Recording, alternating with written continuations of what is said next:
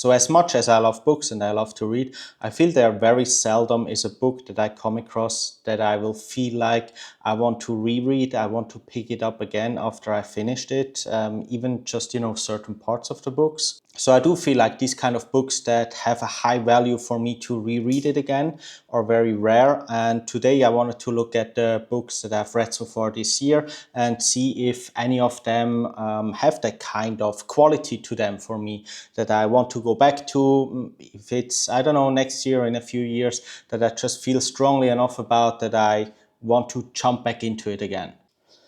So the way that we are doing this is I have this tier list here with all my books here below that I read so far this year.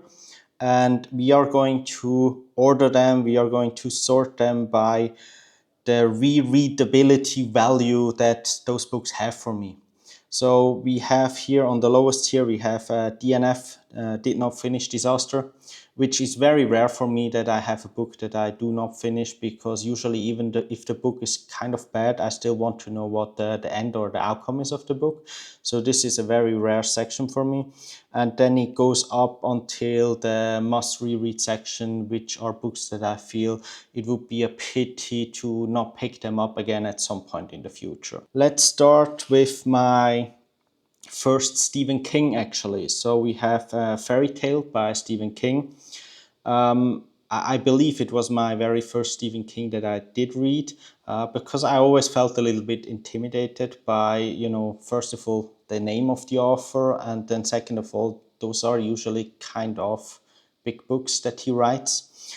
And this was no different. So Fairy Tale is quite a big book. It's quite a long book. It's a very interesting story that, talks about loss and pain. And it's also kind of a coming of age story. It's about caring, but then there's a big fantasy element to it as well.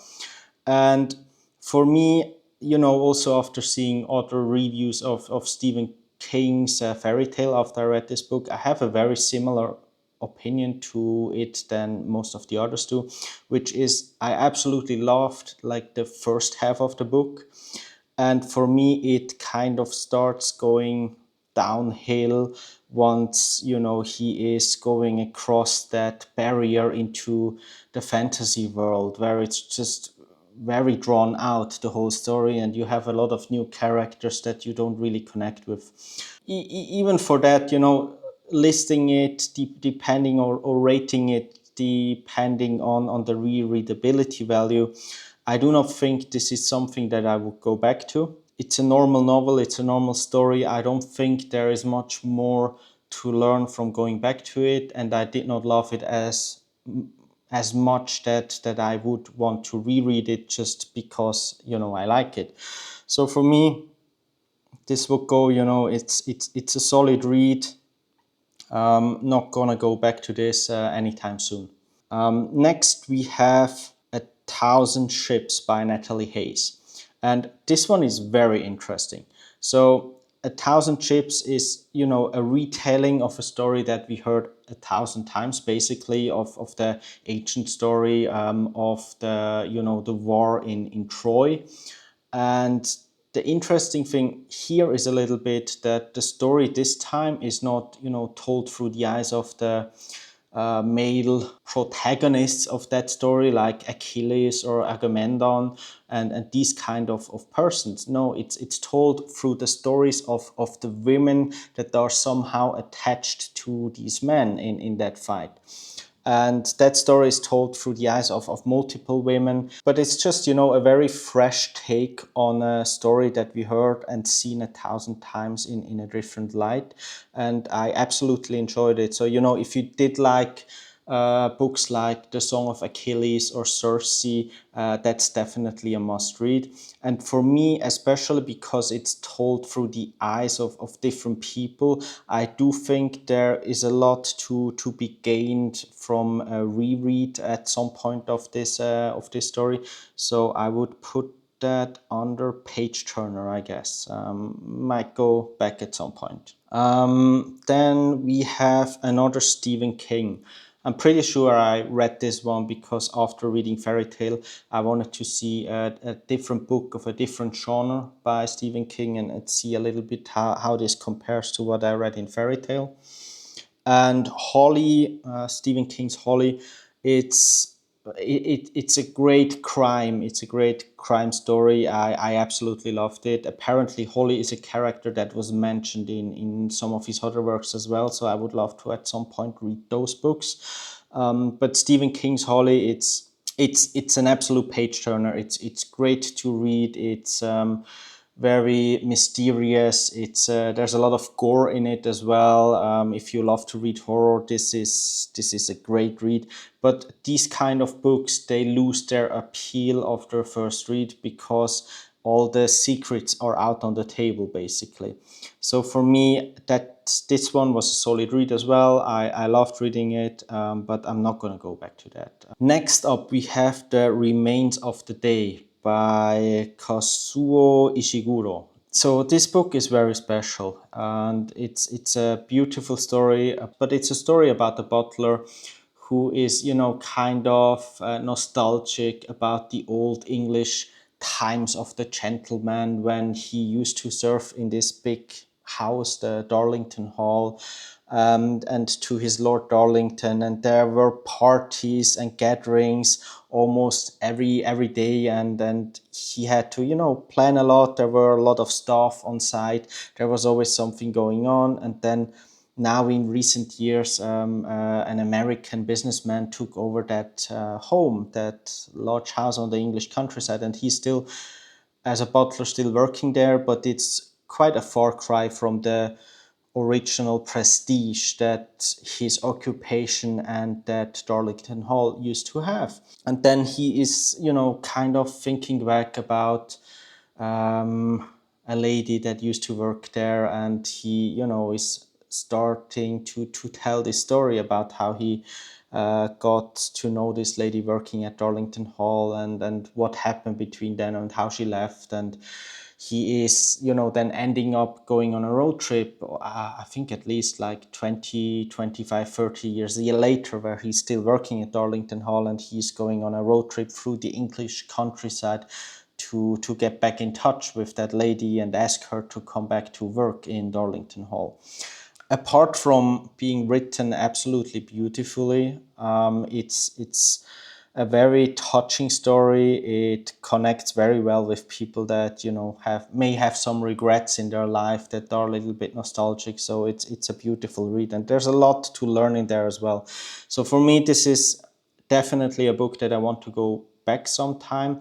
This was actually a lucky find for me. I found this book in, like, outside of a bookshop in one of these cases where they have the books that they want to get rid of for a cheap price. So I got this for, I believe, like 5 Swiss francs or something like that. As I mentioned, I do want to go back to this book at some point. So this is I would say a page turner for me. I am gonna go back to this at some point. Now, the next one may be a little bit difficult to explain because it's in Chinese, and at this point there is no translations to this book, no English translations to this book.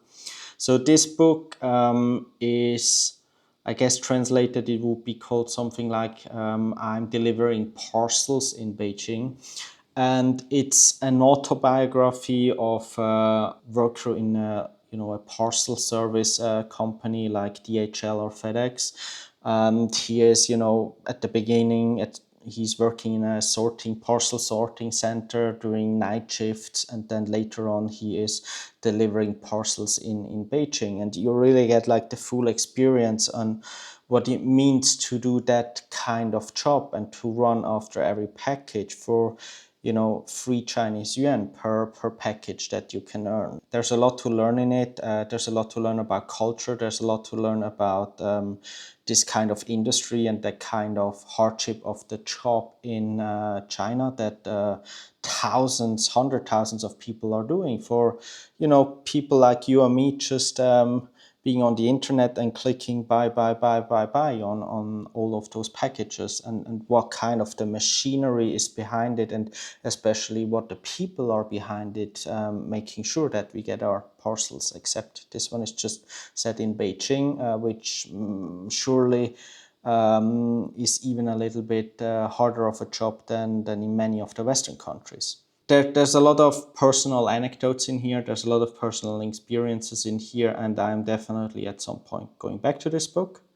So I'm putting this here in page turner section. Now, the next one I read mainly because I wanted to read something by that author again. So it's Paulo Coelho's Like the Flowing River. And I did love Paulo Coelho's The Alchemist very much. And I wanted to just, read another book of his. And this one is special in the sense that it's not a novel, it's not a story that he made up. It's a book full of his life experiences. It's a book full of some are just small poems, some are anecdotes of his life, some are have kind of a religious side to it, a religious aspect to it, even though, as far as I'm told, he is agnostic for as much as I can see.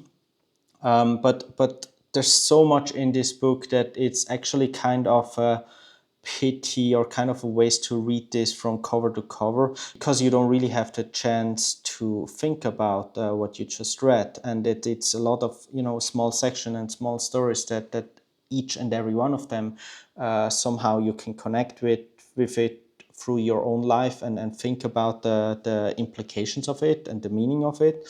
So this one asks some tough questions and gets you thinking about your life. And I do think this is a book that it's an absolute must reread. Then we have a light, beautiful read by Andre Aciman, The Gentleman from Peru, which is just this very beautiful, cute, but also sad and nostalgic story about love, basically. It's a story that is, a great short read. It's a short novel. And with stories like this, I absolutely love this book, but with stories like this, I don't feel that I will get back to it. It's just I would love to read something similar to it, but I'm not going back to rereading a novel or a story that I know the outcome, I know all its mysteries, I know all its secrets about it already. So this one, I would say, is a solid read for me here. Then we have something that is a little bit of a pet peeve of mine. This one is called The Wager by David Gran. So The Wager is a story about the lost English ship of war. And The Wager is a real ship. It's a real story that actually took place, and it's told, through all the interviews and experiences that were shared from the seamen on board of that ship. And what, in a general plot sense, what basically happened is the Wager was after a Spanish ship, and trying to hunt that Spanish ship down because there was a lot of gold and a lot of bounty on it. And because the crew on that boat, and also because of the seaworthiness of the ship, because of all these circumstances, the ship ends up being shipwrecked, and the whole crew basically ends up on this island for quite some time without any hope for getting out of it, without any hope of survival. And then it's about what takes place on this island, and also the aftermath of, after some survivors came back. The reason I picked to read this book is I'm very much into those kind of stories. For example, I do love the story of Shackleton's endurance. So if you did like The Wager, I absolutely recommend you to read basically any book on Shackleton and his endurance situation, because all of them are quite outstanding. And yeah, so that's basically why I read The Wager. I do think with books like these, there's a lot that, forget about. And I do love this story, and I do want to, remember more from this story and get a little bit more information on that story. So I'm not sure whether it will be rereading The Wager, or if it would be, a different book on the same topic. But that was an absolute page turner for me. So I do think I'm going to go back at some point. Then next we have Turtles All the Way Down by John Green. I did like John Green books very much growing up, especially, like Looking for Alaska, The Fault in Our Stars, and all those kind of books at that time. So I wanted to go back and read a newer, or basically the latest novel of John Green's, and I read Turtles All the Way Down. I did enjoy the book. For me, there were like two stories, two plot lines in it. One of them I enjoyed, another one I did not really enjoy. There's a lot to learn in here about mental health, I believe. So that may be interesting to go back to, but I don't think for that I would need to go back to this book. There's other books to explore. So this is kind of, a solid read, but I don't think I'm going to go back to this at some point. Next one is an absolute disaster for me. So this is The Good Girl by Mary Kubica. Mary Kubica, I recently had this kind of crime phase that I enjoyed reading these horror books, and also the audiobooks are usually quite good.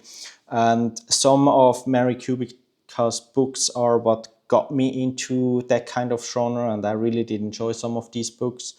And then The Good Girl was like one of the highest rated by her. So I thought, okay, I've read two or three of her books. Let's read The Good Girl as well. And I was vastly disappointed with this story. I could not really get into it. I could not really follow it. It's also jumping a lot in timelines as well. So it was hard to follow the plot, and I was not really into the plot at all. And these characters that feel very underdeveloped. So this one, I'm sorry to say, I had to tap out at some point. So this is a did not finish for me.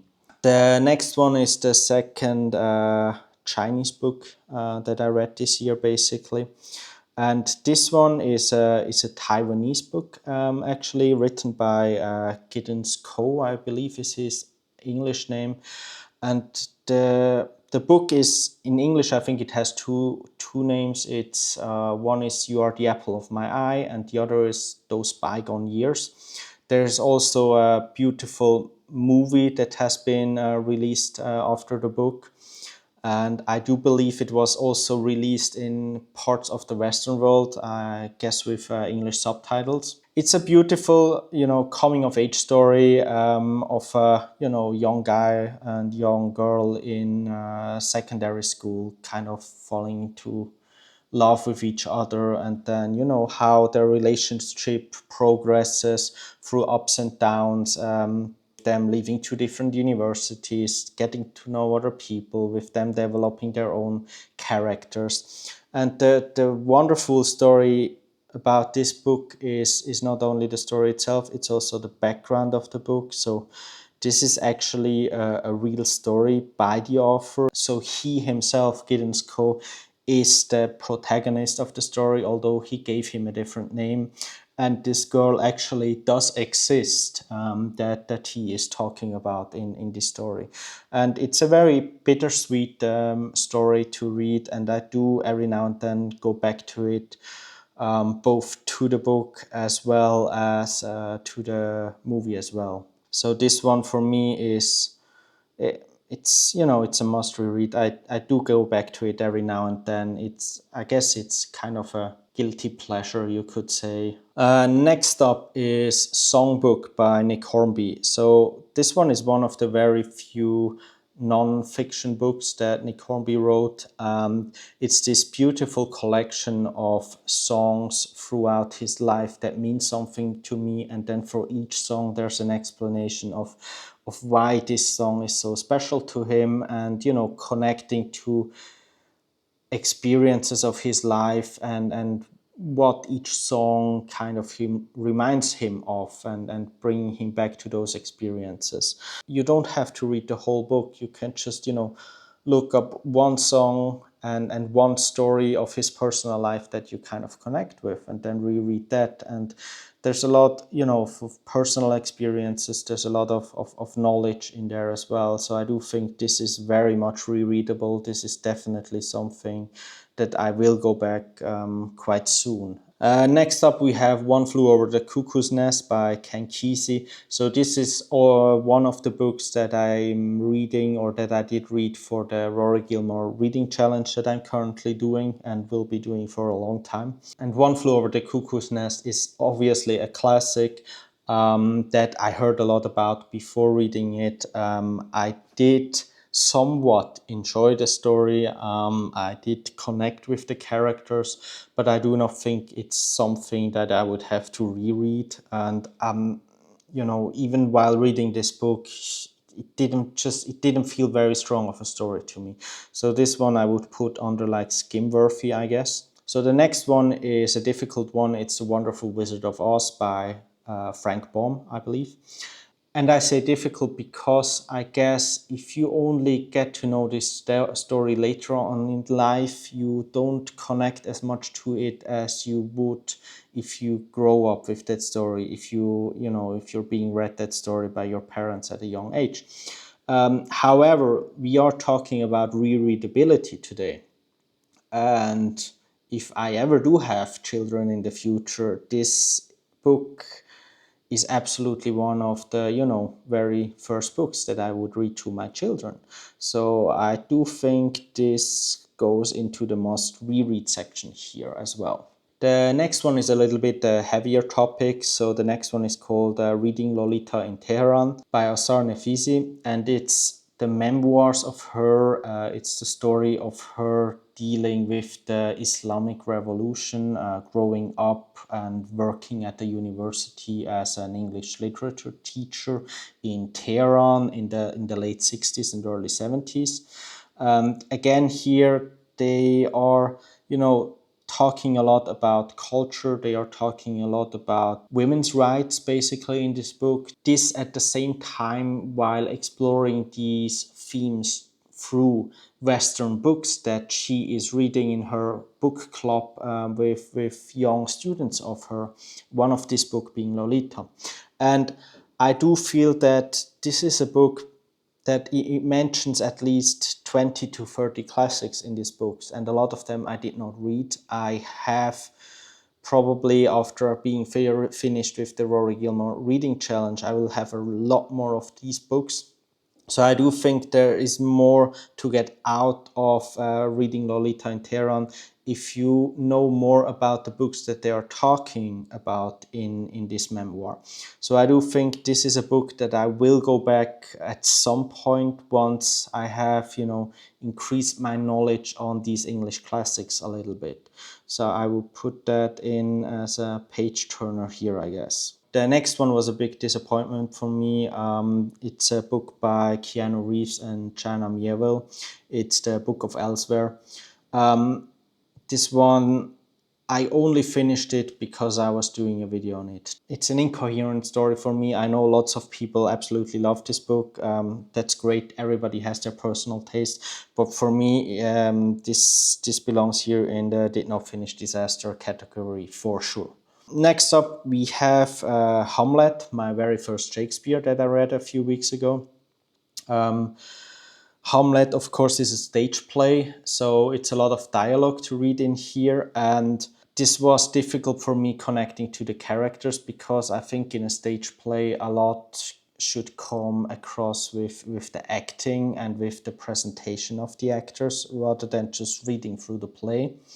I did, however, enjoy the story, and I would not say that I would want to go back to the story, but I do hope that I get the chance at some point in the future to actually see the play somewhere. I mean, it would be great to see it in London. So I hope to, see this at some point. So I will put it in the solid read section here, but I do want to see that play at some point in my life. That would be great. The last book we have is The Electric Kool-Aid Acid Test by Tom Wolfe. So this book is the story of Ken Kesey from, One Flew Over the Cuckoo's Nest. So the author basically kind of gathering this religious hippie cult around him and then taking a road trip in a hippie bus across the country with all his companions, and them just trying to find themselves while at the same time taking a lot of drugs. It did not really connect with me. It was interesting to learn more about that time and that kind of counterculture history that I did not know anything about or very little about. So it was a good read for me, but it was at the same time quite hard to read until the end. Definitely not going back to this, but I will put it here in the, I guess, skim-worthy section, even though I did finish reading it. Yeah, so that's it. Do let me know in the comments below what your thoughts are on any of these books and how you would have rated these books. Also, do let me know if there's any books that you just, keep going back to repeatedly. I'm sure we all have these kind of books. And if you are interested what my top rereadable books are that I keep going back over the years, over many years already, then do let me know in the comments as well. And I'm gonna do a video on that in the future at some point. All right, see you next time. Bye-bye, guys.